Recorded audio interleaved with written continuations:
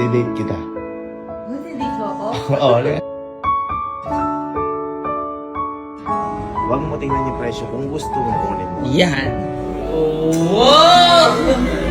So, nung mga nakaraang araw di ba si Elma nagpa-surprise date, nag-date kami dalawa, sagot niya lahat. Si Ale naman, sinurpresa si Angge, nag-date sila sa kakaibang paraan. Siyempre, hindi ko naman po pwedeng kalimutan yung pinakamamahal kong babae na i-date. At yun ay si Mama. Yan. Siyempre, papagalitan ako ng tatay namin na to dahil lagi-lagi nagde-date silang dalawa Kaya ngayon, nung nakakita ko si Mama na, kakauwi lang kasi ni Mama, gumayak na ako at para sabihin sa kanya na, di-date ko siya. Libre ko lahat. Kasi, ano pa rin naman buwan pa rin naman ang puso At saka syempre, kung ano yung nakaugalian niya ng dalawa ni Papa at saka ni Mama, gagawin ko din yun. Kasi syempre, wala na physical si Papa. Ako ang pupuna lahat ng mga ginagawa ni Papa nung andito pa siya. So, malamang sasama yung iba Dahil si Allen, nandito si Allen, sila Kelsey, wala. Sila Kalo, may pasok. At si Elma din pinag- Lab, sama ka? Sama ka? Oo. Date namin ni Mama to, so sasama ka? Support lang ako. Support. Pwede. Len. Sama ka? Sama ka? Date natin si Mama. Shh, date natin si Mama. Sama ka? Hindi pala kung sa pupunta, umuho ka na. Ayos din to. Ay, saan pupunta? Oh. Saan mo pupunta? Kakauwi mo pa lang, nakagayak ka na naman ng iba, alis ka na naman. Magpapakulay akong buhok. Ha? Magpapakulay akong buhok. Saan? Bakit ikaw nakabihis ka? Saan ka pupunta? Bumalik sa akin din. Bakit ka sapatos? Di ka naman sanay magsapatos sa pantalon. Puro short ka lang Halika, so saan? Saan pupunta? Huwag Magpapakulay nga ako. ka na magpakulay. Oh. I-date kita. Hindi ko ako? Oo, halika. Totoo? I-date kita. Libre ko lahat. Halika na. Napanood ko si Elmo, sige. Si Elma yung nanlibre sa akin doon. Si Elma nag-aya sa'yo. Ikaw ngayon, inaya mo ko, ibig sabihin, ikaw ang taya. Alika na, talian mo. Teka, yung bag ko. Tara na. Tara na. Dali. Saan tayo pupunta muna una? Ha? Hindi pa ako nagmerienda. Napuputo ako. Ako, saan mo gustong kumain? Doon sa kinainan nyo ni Elma, mukhang kasarap dun Ay, gram. Isa yung sinasawsaw yung pagkain, pinapakuluan. Oo, Apat. parang hotpot. Gusto ko may soup. Sige, doon tayo. Kung saan mo gusto, pupunta tayo doon.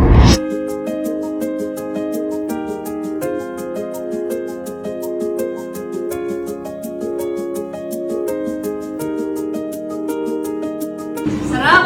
Wala pa. Kakaiba ngayon, tinan mo, umiikot ng kusa to. Sa amin hindi.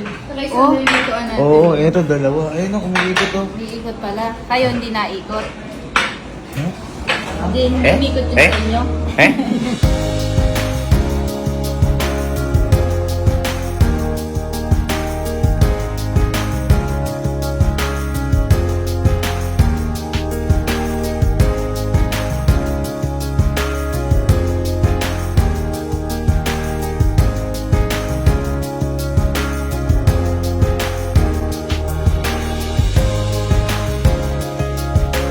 Nabusog ka ba?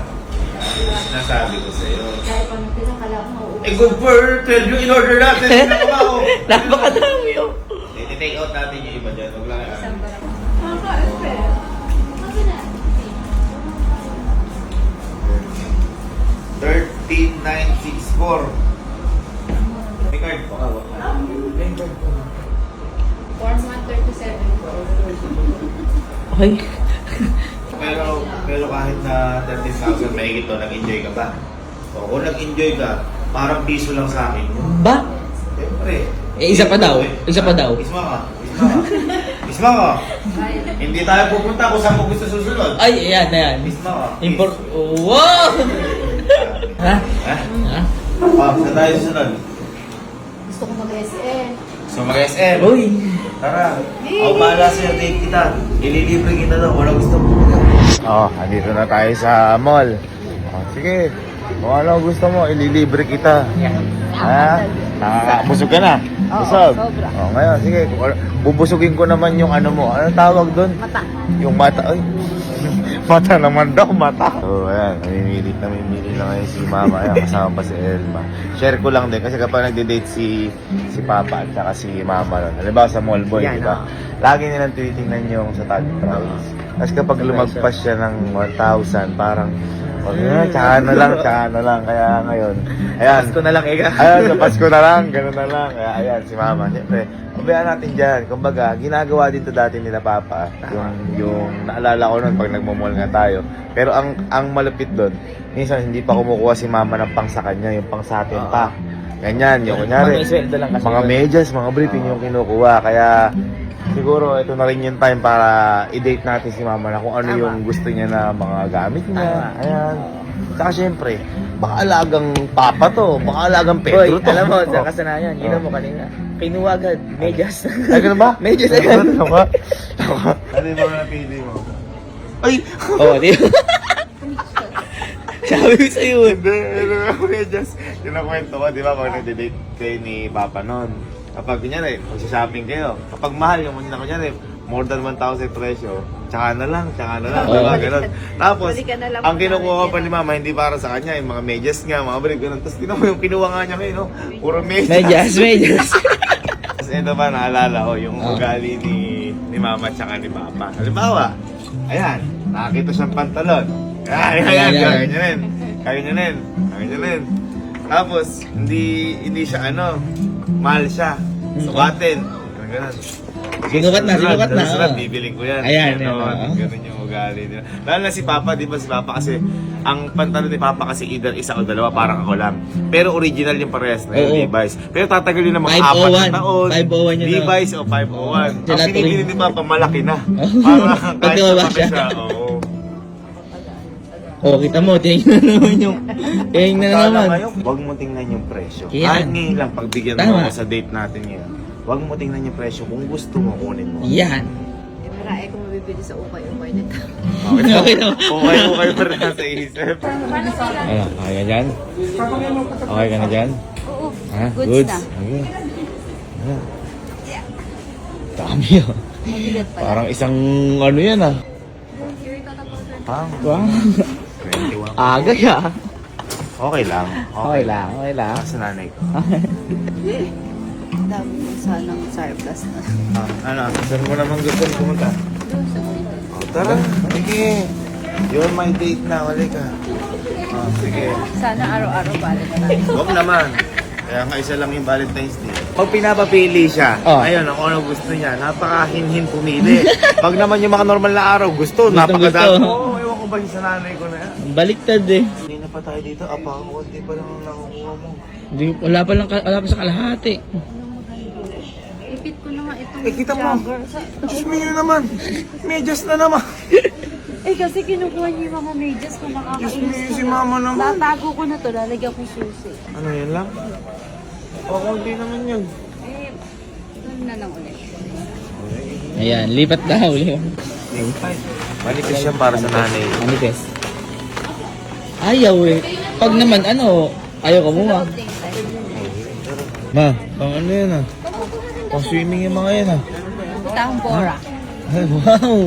Wow! Mainit eh. Magpapalamig Bakit lang. nasa ilab? Wow! So, ayan, hanggang ngayon, namimili pa rin si mama. Ganyan lang naman ang mga kasiyahan ng babae. Sa lagi ko nakikita si papa at mama na nagde-date.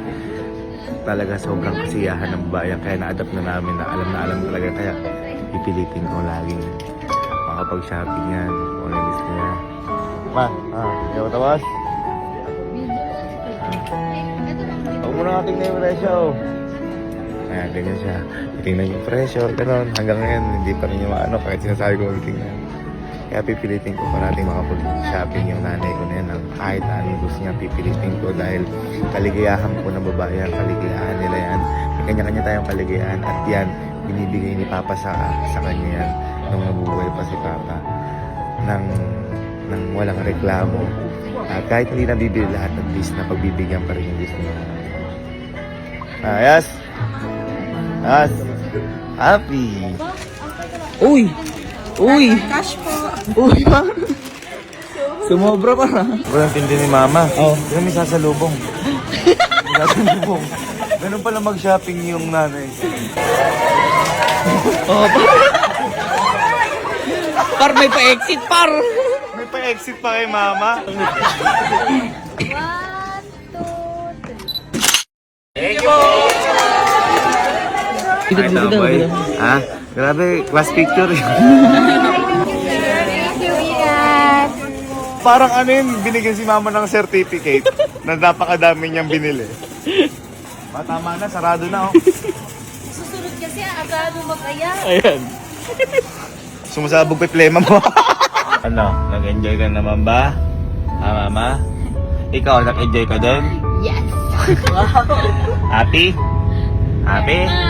Kaya ayun, sa mga anak din dyan na tulad ko, kung na-date nga natin yung mga girlfriend, boyfriend, o kaibigan natin, o asawa ninyo, wag na wag nating kakalimutan yung unang taong sinamahan tayo nung wala pa tayong alam sa mundo. At wag na wag natin ipaparamdam sa kanila na mag-isa sila, lalo na sa mga espesyal na araw na ganito. Kasi hindi natin alam kung hanggang kailan natin ito pwede gawin sa kanila. Kaya sulitin natin bawat segundo ng pagkakataon na pwede pa. At parati din natin tandaan na sila ang unang nakipag-date sa atin at hindi lang yun isang beses, kundi araw-araw nila tayo naalagaan, pinapakain at binibigyan ng pagmamahal. Kaya sa lahat po ng mga magulang, happy Valentine's po sa inyong lahat. Virgin,